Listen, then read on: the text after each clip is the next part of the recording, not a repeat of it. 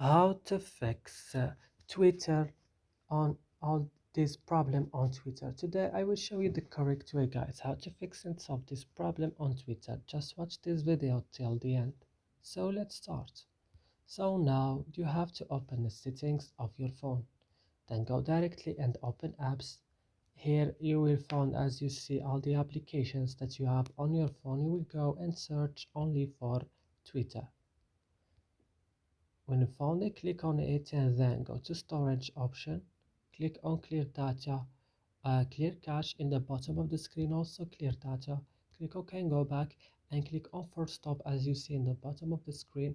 And then you have to go the last things in the Play Store and update your Twitter again. And that's it. I hope this video is helpful for you. Don't forget to like and subscribe in our channel. See you in another video.